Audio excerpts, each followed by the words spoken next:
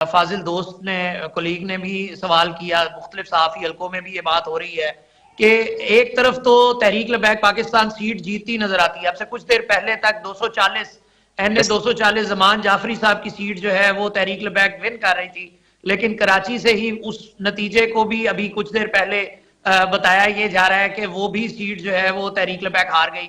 آخری جو امید تھی ایک نشست کی وہ بھی دم توڑ گئی. تو کہیں کوئی ایسا ہے جس کے ساتھ آپ کے معاملات طے نہیں ہو رہے، اور اگر نہیں طے ہو رہے تو کیوں طے نہیں ہو رہے؟